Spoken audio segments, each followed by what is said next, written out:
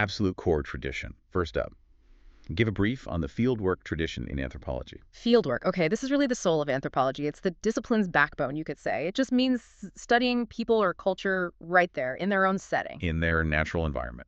Exactly. Collecting data directly from the people, the sources, often called informants. Okay, and this tradition has a history, right? It didn't just spring up overnight. No, definitely not. It sort of evolved. You had early figures like L.H. Morgan, but it was really Bronislaw Malinowski, his work with the Trobriand Islanders back in 1914 to 1918. Yeah. That really set the standard. Ah, Malinowski. Yeah, he perfected this thing called participant observation. He really insisted that researchers had to live with the people they were studying. Wow, that sounds incredibly demanding. What does that kind of approach, that methodology, actually require? Oh, it requires intense dedication. Seriously. Field workers usually spend at least 1 to 3 years fully immersed. Years. Years. They have to learn the local language, build real intimacy, and try to grasp the whole social picture, that idea of holism. And that long-term immersion, it's not just about gathering facts, is it? It sounds like it fundamentally changed the discipline itself. It absolutely did. It made anthropology empirical, based on actual experience, and it forced anthropologists to adopt cultural relativism. Understanding a culture on its own terms. Precisely. Not judging it by your own standards. Fieldwork is so fundamental, people often say. What the lab is to science, fieldwork is to anthropology. But there's a catch, of course. Being that immersed, well, it risks compromising your objectivity, and your very presence might change how people behave. It's a constant tension. That tension makes the next point really critical, doesn't it? Because we need to understand the different layers of planning involved. Topic 2 asks, distinguish between the research terms technique, method, and methodology. People mix these up all the time. They really do. Let's try and simplify it. Think small first. Technique. That's the specific concrete tool or action you use for a particular task, like using a specific type of camera or how you phrase a question. The real nuts and bolts. Okay, so technique is the tool in your hand or the specific action. What about method then? Method is a step up. It's how you select and combine those techniques to achieve a research goal. It's more like the overall strategy or approach. So participant observation, that's a method. It uses various techniques like interviewing or mapping kinship. Got it. Strategy. And then the biggest one, methodology. Right. Methodology is the whole framework. It's the systematic plan for solving the research problem. It's the logic behind why you chose certain methods and techniques. It answers the big questions. Why this study? How did you define the problem? Why these tools and not others? Okay, I think I see it. Like methodology is the architect's full blueprint for a house. Method is the strategy for, say, building the frame. And technique is the actual hammer you use. That's a great analogy, yeah. Methodology is always the widest concept. Okay, much clearer. Now let's look at a really fundamental tool that fits into almost any methodology. Topic 3. Discuss the research tool of observation in anthropological fieldwork. Highlight its various types. Observation. Yeah, it's the most direct way to get primary data, isn't it? It's basically systematic, deliberate watching, studying spontaneous events as they happen through your own eyes. It sounds reliable because it's firsthand. It generally is. And there are different ways to observe, which really tell you about the researcher's role in the situation. Right, the types. The big distinction is participant versus non-participant observation. We touched on participant observation, the researcher joins in. Non-participant means watching from the outside, trying not to affect things. Trying to be a fly on the wall. Kind of, yeah. Though that's tricky. And there's also quasi-participant, which is somewhere in the middle, participating sometimes, observing sometimes. And observation can also be categorized by the setting. Yeah. Yeah. Natural or manipulated. Exactly. Controlled observation means setting up a specific situation, maybe in a lab-like environment, to control variables. Non-controlled is just observing life as it unfolds naturally. And one more distinction. Structured versus non-structured. Structured means you have a very clear checklist beforehand, what exactly you're looking for. Non-structured is more open-ended, just taking it all in. But across all these types, that challenge you mentioned earlier comes back, right?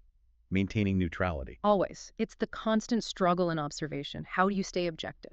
That objectivity issue really brings us back to the most famous method, the one Malinowski championed. Let's double-click on that. Topic 4. Discuss the significance and challenges of participant observation as a tool of data collection. Right. Participant observation, or PO, its real significance is that it forces you, the researcher, to step outside your own cultural biases. It helps eliminate that ethnocentric viewpoint because you're trying to see things from the inside. From the native's point of view. Exactly. And that gives you incredibly deep contextual data. You start to understand the meaning behind actions or words that might seem superficial otherwise. And you mentioned earlier, if people accept you, they might act more naturally, maybe share things they wouldn't normally share. That's the ideal, yeah. You can potentially access sensitive parts of life, family dynamics, maybe private ritual stuff you'd never get from just asking questions formally. That's the power. Uh, But the challenges must be huge. oh, they are. It takes an enormous amount of time and energy, and acceptance isn't guaranteed. You might always be an outsider. Plus, getting emotionally involved, which is kind of the point, can cloud your judgment. Personal biases are a real risk. And even if you are accepted, just being there can still change things, can it? It absolutely can. Your presence always has some effect. That's why that quasi-participant approach, where you balance involvement and detachment, is often a practical compromise. Okay, so if PO risks subjectivity because you're involved, what happens when you shift to actively talking to people? Next up, briefly describe the research method of interview in anthropological fieldwork. The interview, well, it's more than just a chat, obviously. It's a conversation started for a specific research purpose, usually focused on certain topics. It's really a social interaction designed to get someone's detailed account of their experiences, their views, their values, the subjective stuff. So the interviewer needs to be really prepared. Hmm. Are there sort of rules for conducting a good interview? Definitely. The atmosphere needs to feel informal, safe. The interviewer has to be really present, listen patiently, don't interrupt too much, and crucially, record the person's exact words as much as possible. And even how the interviewer dresses or acts matters. Absolutely. You don't want to distract or intimidate. The focus should be entirely on the interviewee. And the big advantage here is directness. Right. You can clarify things you observed and get at those internal feelings and opinions observation might miss. Precisely. It often unlocks that deeper subjective understanding. It's a vital tool. Okay, now let's look at two specific tools for asking questions, often used alongside interviews. Compare schedule and questionnaire methods in research. They sound similar. They do look similar on the surface. Both are basically structured sets of questions, often used for surveys to cover a lot of people. But the key difference is who's writing down the answers? Exactly that. With a schedule, the investigator asks the questions and fills in the form based on the respondent's answers. With a questionnaire, the respondent reads the questions and fills it out themselves, usually mailed or handed out. And why is that difference so important in anthropology? Well, it really comes down to the context of the study. Think about literacy. A schedule works fine whether people can read or not because the interviewer handles it. Right. But a questionnaire only works if your respondents are literate. Also, the schedule is more flexible. The interviewer can clarify a confusing question, probe deeper, even note down the respondent's reactions or body language. You can't get that from a mailed form. Not at all. The questionnaire doesn't allow for that richness. But questionnaires must be quicker, surely. Oh, much faster and less effort for the researcher, yes. But you often get a really low return rate, maybe only 20–25% come back. Plus, while the questionnaire reduces the risk of the investigator's bias influencing answers during the interaction, the schedule potentially offers much deeper, nuanced data in the moment. Okay, that distinction is clear. Let's shift focus now to something more intensive, often called the social microscope. Describe the effectiveness of the case study method in anthropology using an example. The case study, right? It's a qualitative method, meaning it's about depth, not breadth. You do an incredibly detailed observation of just one social unit. Like a single person or a family. Could be a person, a family, an institution, even a whole community sometimes. The goal is a complete holistic account of whatever social phenomenon you're studying within that unit. And why is that intense focus so effective? What does it give you? It's deeply qualitative. You get insights into subtle habits, motivations, stresses, things surveys just skim over. Yeah. And it's often process-oriented, meaning you trace things over time, looking at history and development. This richness is amazing for generating new ideas, new hypotheses. Can you give us a classic example of where this paid off? Sure. Think about Cora Dubois' study, The People of Ayler, from 1944. She didn't just do standard fieldwork. She collected incredibly detailed life histories, biographies, kids' drawings, really deep qualitative data on individuals. Wow. Then she brought all that together, even got input from other specialists to identify what she termed the modal personality, basically, the most common or typical personality structure she found in that specific society. That came from deep case study work. That's a powerful example. But if you're focusing so intensely on one case, what's the big risk? The main danger is selection bias. What if the person or family you chose is actually atypical? Your deep findings might not represent the whole group at all. And while it's incredibly time-consuming and often expensive to do properly. Makes sense. Okay, let's look at another method for mapping connections, genealogical method. Right, the genealogical method. It uses genealogy, which is basically a map of how people are related through kinship and marriage. And importantly, this includes social relatives, not just blood ties. Okay, and this has been around a while. Yeah, L.H. Morgan used it early on, but it was W.H.R. Rivers who really systematized it, using it in his study of the Toda people around 1910. And it has its own visual language, doesn't it? Oh. Symbols and lines. It does, yeah. You start with one person, the ego, and then map out their relatives using standard symbols like triangles for males, circles for females, specific lines for marriage, descent, siblings. Yeah. It creates a clear visual chart. And from that chart, you can immediately see tons of crucial social information. Mhm. Patterns of marriage, family structure, descent rules, even things like divorce rates or migration patterns reflected in family ties. It's like a social X-ray in a way. Yeah. Powerful stuff. Okay, next up, we focus intensely on an individual's journey through time. Explain the research method of life history. A life history is basically a person's own story of their life, laid out sequentially. It aims to cover all the different experiences and factors that shaped their identity and how they see the world. How is that different from just doing a really long, detailed interview? It's broader in scope and focus. A life history specifically tries to understand processes like enculturation, how someone learns their culture and socialization.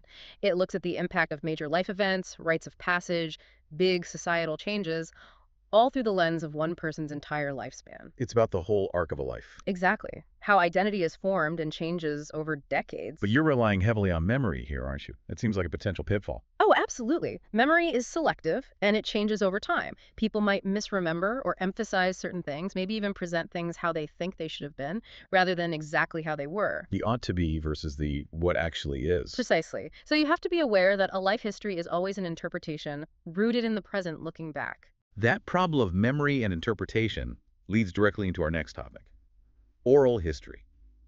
If life history is one person's timeline, what does oral history capture? Oral history shifts the focus slightly. It's about recording, preserving, and interpreting historical information based on people's personal experiences and opinions of past events. So less about the individual's whole life, more about their knowledge of the past. Yes, including things like eyewitness accounts, but also myths, folklore, songs, information passed down verbally through generations. It's about collective memory, community history. Why is this so vital, especially in anthropology? Well, it's interactive. You get not just facts, but people's interpretations, their motives, and crucially, it captures histories that often don't exist in written records. Right. Especially for societies without long writing traditions, or for capturing the stories of ordinary people, not just elites. Exactly. It gives voice to those whose histories might otherwise be lost. Okay, we spent a lot of time on gathering data directly from people, primary data. Now let's switch gears. Secondary sources of information. Right. Secondary sources. This is just data that someone else has already collected and maybe even analyzed. It could be published stuff like government reports, academic books, old newspapers, or unpublished things like personal letters, diaries, maybe data held by other researchers. So using this prepackaged data sounds efficient, but you need to be careful, right? What checks do you absolutely have to do? Critical thinking is paramount here. You need to vet the source thoroughly. 3 key checks. First, reliability. Who collected this data? What were their sources? What methods did they use? Can you trust them? That reliability. Second, suitability. Does this data actually fit your research question? Did they define terms like family or income the same way you need to? Are the units of measurement compatible? Makes sense. And third, adequacy. Is the data accurate enough for your specific purpose? Maybe it was good enough for their study, but is the level of precision okay for what you need now? So reliability, suitability, adequacy. Right. Skip those. And your research could be built on sand. Pretty much, yeah. Yeah. You have to be critical. All right, let's look at 2 relatively modern approaches, often used for development work, that are designed for speed. What do you understand by rapid rural appraisal? Give a special emphasis on the significance of participatory rural appraisal. Okay, RRA, Rapid Rural Appraisal. It's basically any systematic process designed to get you information and preliminary conclusions quickly within a limited time frame. Speed is key. And PRA is a specific type of RRA. Exactly. Participatory rural appraisal is kind of the most developed version. It's still systematic, semi-structured, and fast, but it's specifically geared towards gathering information for rural development projects. And the participatory part is crucial here, isn't it? The community is involved. That's the core idea. The slogan is often, they do it. Local people are actively involved in gathering and analyzing the information about their own community. How do they ensure accuracy if it's done so quickly? The main principle they rely on is triangulation. That means using multiple sources or multiple methods to cross-check the information. If you hear the same thing from different groups of people, or if your mapping exercise confirms what people said in interviews, you gain confidence quickly. PRA is significant because it helps quickly align community-identified needs with what NGOs or governments can offer. It helps mobilize resources fast. But yeah, the trade-off for speed is always that you might miss some crucial details. Okay, so whether it's fast appraisal or years of field work, eventually you have data, lots of it. What's the very next step? Data analysis. Data analysis, right. Yeah. This is where you systematically make sense of everything you've collected. It's about describing the content objectively, often quantitatively. But before you can analyze, you have to get the data in order. Oh, absolutely. You have to process it first. That means editing out errors, coding the information, assigning labels or numbers, classifying it into categories, and maybe tabulating it, getting it ready for analysis. Okay. And then what are the main kinds of analysis you might do? Broadly, you've got descriptive analysis, which is about describing the basic features of the data. How many people think X? What's the distribution of Y? Looking for patterns, correlations. And the other type. Inferential analysis. This is where you use statistical tests to go beyond just describing.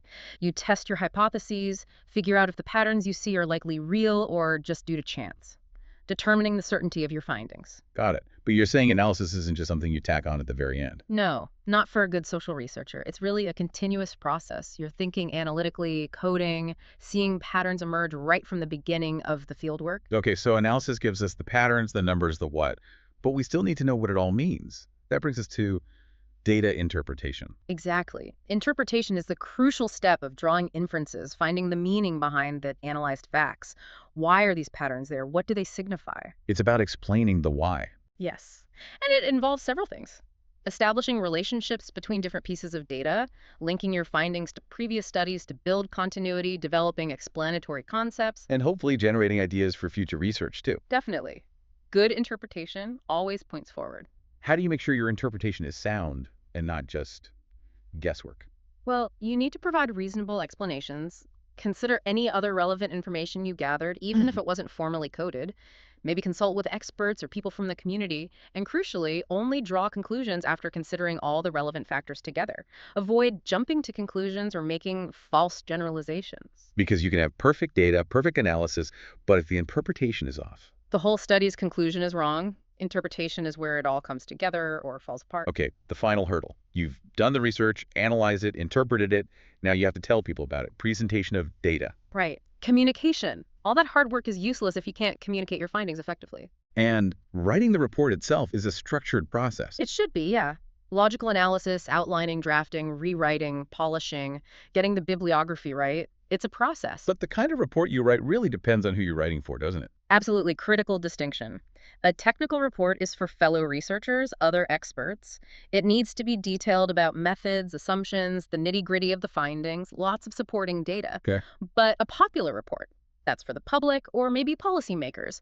It needs to be simple, clear, engaging. Lots of visuals, charts, less jargon. The focus is squarely on the practical implications, the bottom line. So know your audience. What makes any report, technical or popular, a good report? It needs to hold the reader's interest, be clearly written, avoid unnecessary jargon, even in technical reports, be grammatically sound, show originality, and ideally it should end by looking forward, what's the future scope here? Wow. That was quite a journey through the entire anthropological research process. Let's do a quick recap for everyone, just to lock in the key takeaways. Good idea. So first, remember fieldwork. It's the heart of anthropology, perfected by Malinowski.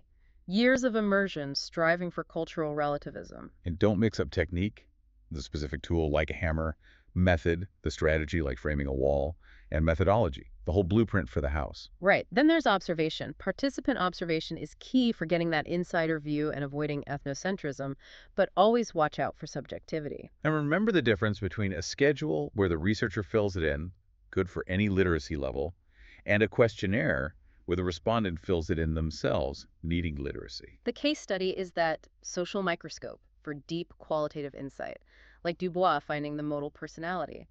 And life history tracks one person's journey, while oral history captures collective memory. Don't forget secondary sources need critical vetting. Reliability, suitability, adequacy. And finally, analysis is about processing and describing the data, the what, while interpretation is about drawing inferences and explaining the meaning, the why. And reporting it clearly depends on whether it's a technical or popular audience. Exactly. Knowing all these methods gives you, the listener, a much sharper critical lens. When you read about a study now, you can ask, okay, was that participant observation or non-participant? Did they use a schedule or a questionnaire? How might that have shaped the results? Yeah, it really changes how you evaluate information. So the next time you hear about an anthropological finding, or frankly, even when you look at something like a news poll, don't just focus on the what. Think about the how. Think about the complexity and the choices behind the methodology that brought that information to you. How much does knowing that simple difference between a schedule and a questionnaire change how you might judge the findings? Definitely something to mull over until our next deep dive. Thanks for exploring these sources with us. We'll see you next time.